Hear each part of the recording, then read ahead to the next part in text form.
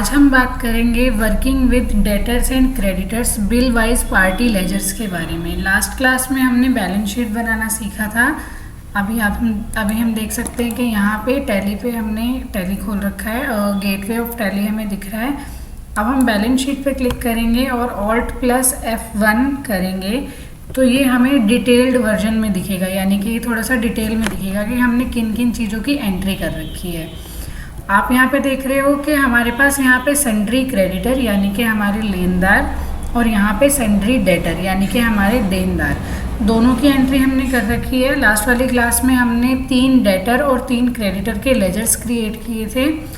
अब यहाँ पे सबसे पहले हमें पता होना चाहिए कि डेटर और क्रेडिटर क्या होता है। क्रेडिटर का मतलब होता है लेनदार, यानी कि कभी भी हमने किसी से पैसा या फिर सामान अगर उधार पे लिया है तो वो हमारा लेनदार बन जाएगा, यानी कि वो वापस लेगा हमसे। और अगर हमने किसी को पैसा उधार पे दिया है तो वो देनदार बन जाएगा, यानी कि वो डेटर बन जाएगा हमारा। फिर आता है what is bill wise accounting. अब आपने किसी को पैसा उधार पे दिया या उधार पर लिया, या आपने किसी से सामान उधार पर दिया या लिया, तो उसके बदले में एक बिल इशू किया जाता है जिसके नंबर की एंट्री उसके साथ की जाती है, जिससे कि याद रहे। मान लीजिए जैसे यहाँ पे हमने देखा था बैलेंस शीट में, यहाँ पर राम लिमिटेड का टोटल बैलेंस था 70,000 रुपये। अब ऐसा ज़रूरी नहीं है कि राम लिमिटेड ने एक ही बार 70,000 रुपये का सामान हमसे उधार पर लिया हो सकता है उसने थोड़ा थोड़ा करके उधार पे लिया हो और 3 या 4 बार अलग अलग बिल इशू हुए हों, तो उस बिल की एंट्री करना होता है bill wise party laser.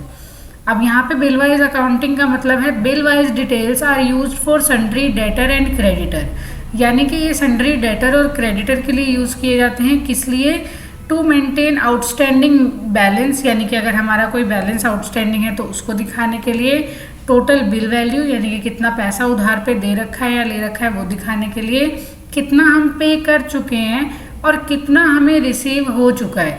Debtor के केस में हम पैसा रिसीव करेंगे और क्रेडिटर के केस में हम पैसा पे करेंगे।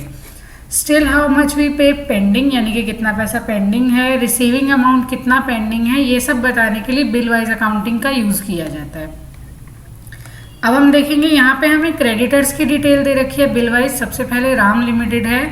यहाँ पे राम लिमिटेड का टोटल बैलेंस 70,000 रुपये था और इसने 3 बार में ये पैसा लिया है या सामान लिया है और तीनों बिल की एंट्री हमें यहाँ पे दे रखी है। ये हमारे पास बिल नंबर है और ये बिल नंबर का अमाउंट दे रखा है। तो इसकी एंट्री करने के लिए सबसे पहले हमें जाना पड़ेगा to create bill wise details go to GOT, यानी कि गेटवे ऑफ टैली से accounting info, ledger, alter, search for creditor name, maintain balance, bill by bill को आपको यस करना पड़ेगा। अब हम देखेंगे यहाँ पर, अब हम पीछे चलते हैं। गेटवे ऑफ टैली से हमें जाना है अकाउंटिंग इन्फो और अकाउंटिंग इन्फो से हम जाएंगे लेजर। लेजर से हम करेंगे यहाँ पर, क्योंकि हमने लेजर ऑलरेडी क्रिएट कर रखे हैं, हमें क्रिएट नहीं करना है, बस उसमें मॉडिफिकेशन करना है, तो हम ऑल्टर करेंगे। ऑल्टर करने के लिए अब हम सर्च करेंगे राम लिमिटेड। ये आ गया राम लिमिटेड। यहाँ पे maintain balance bill by bill को करना है आपको यस। और आगे जब हम चलेंगे अमाउंट के बाद, अब यहाँ पे आ जाएगा हमारे पास बिल वाइज ब्रेकअप, यानी कि बिल का अलग अलग तोड़ के लिखना। अब डेट जो दे रखी है वही सेम रहेगी, डेट चेंज नहीं होगी। हम आगे बढ़ेंगे और यहाँ पे एंटर करेंगे बिल का नंबर, जैसे कि राम/001/451। यहाँ पे हमें 450, यानी कि हमें बिल का नंबर दे रखा है 450।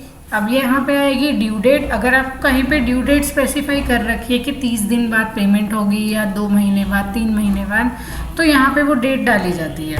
अगर नहीं दे रखा है तो हम आगे बढ़ जाएंगे। अब यहाँ पर लिखेंगे अमाउंट, जैसे इस वाले बिल का अमाउंट है 25,000 रुपये, तो हमने 25,000 रुपये एंटर किया। अगले बिल के लिए जो डेट ऊपर है वही सेम डेट हम यहाँ डालेंगे और आगे बढ़ाएंगे। अगले बिल का नंबर डालेंगे राम/001/451, एंटर करके आगे बढ़ेंगे। इस वाले बिल का अमाउंट है 30,000 रुपये, तो हम यहाँ पे 30,000 रुपये लिखेंगे। अगले बिल की एंट्री करते हैं अब हम।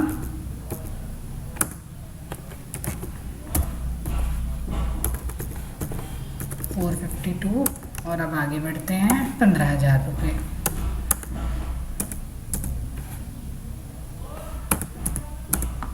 अब हमने इस बिल की एंट्री कर दी है और अब हम इसको इसको कर लेंगे एक्सेप्ट। अब सेम ऐसे ही बाकी जितने भी क्रेडिटर है, जैसे कि लक्ष्मण लिमिटेड, यहाँ पे भी हम एंट्री कर लेते हैं। यहाँ पे भी आपको maintain balance bill by bill को करना पड़ेगा, यस।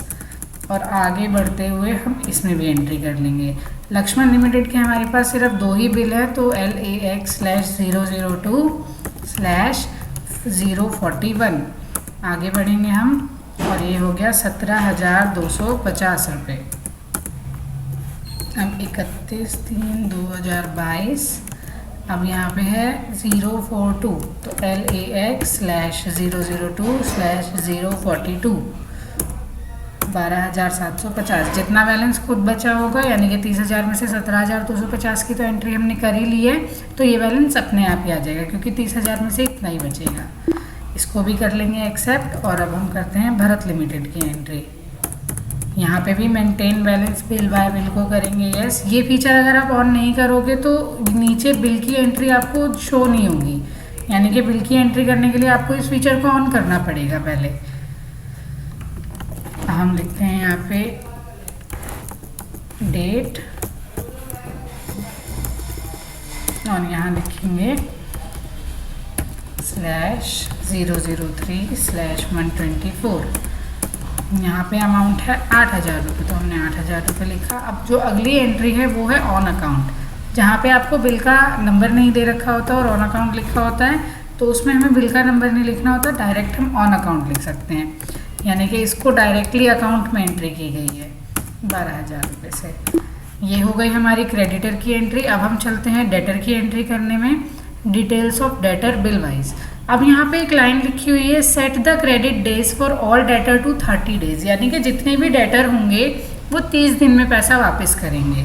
यानी कि अब हमें यहाँ पे जब हमारी ड्यू डेट का जो कॉलम खाली था, अब हम वहाँ भरेंगे इस चीज़ को। जैसे कि हमारा पहला डेटर है अर्जुन, तो अर्जुन को सिलेक्ट करेंगे यहाँ पे।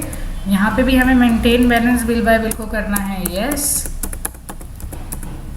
और यहाँ पे बिल की एंट्री करते हैं। सबसे पहला बिल है ARJ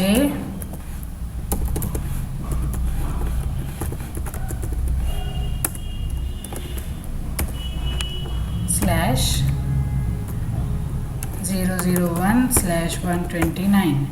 अब यहाँ पे जो ड्यू डेट या क्रेडिट डेज दे रखा है वो हमें पहले ही बताया गया है यहाँ पे कि हमें क्रेडिट डेज जो सेट करने हैं वो 30 डेज पे सेट करने हैं। तो अब आपको यहाँ लिखना पड़ेगा 30 डेज। 30 डेज का मतलब हुआ, क्योंकि हमने यहाँ पे एंट्री 31 मार्च की किया, तो उससे आगे हम 30 दिन बढ़ाएंगे अगर, तो यहाँ पे आ जाएगा 30 अप्रैल। तो यहाँ पे हम लिखेंगे अमाउंट 30,000 रुपये।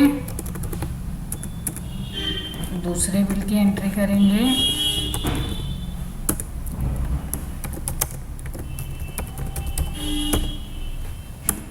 ये एंट्री हमारी ऑन अकाउंट है, तो हमने ऑन अकाउंट लिख दिया, और यहाँ पे भी लिखा 30 डेज।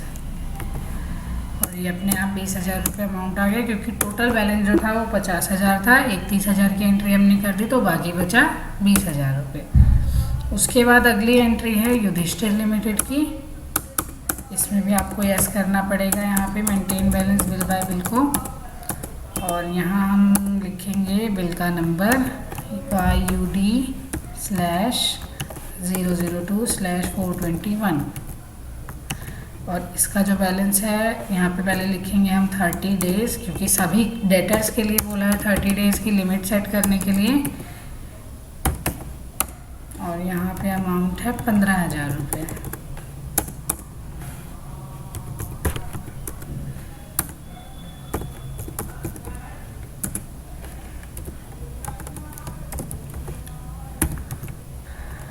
(002/422) और यहाँ पे भी लिखेंगे 30 डेज।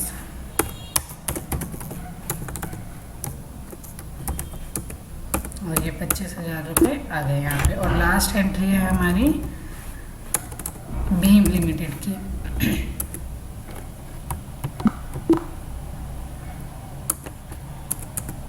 यहाँ पे करेंगे यस, और आगे एंट्री कर देते हैं इसकी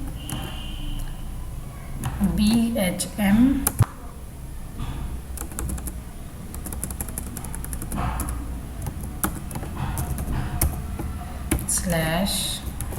003/009, ड्यू डेट रहेगी 30 डेज़ की,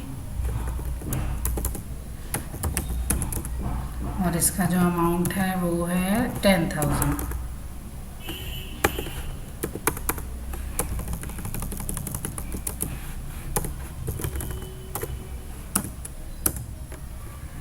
फिर से डेट डालेंगे और अब लिखेंगे 2022, और अब अगली एंट्री है ऑन अकाउंट की, तो हमें बिल नंबर नहीं डालना, सिर्फ ऑन अकाउंट लिखना है। यहाँ आ जाएगा 30 डेज़ और यहाँ पे 30,000 जो हमारा लास्ट अमाउंट है। ये था हमारा 7th चैप्टर। इसमें हमने बिल वाइज एंट्री करना सीखा। डेटर और क्रेडिटर की बिल वाइज एंट्री रखना बहुत ज़रूरी होता है, क्योंकि जब भी हम रिसीट और पेमेंट वाउचर की एंट्री करेंगे तो वहाँ पे अगर आप किसी एक पर्टिकुलर बिल की एंट्री कर रहे हो तो वहाँ पे आपको उसका बिल नंबर सिलेक्ट करना पड़ेगा।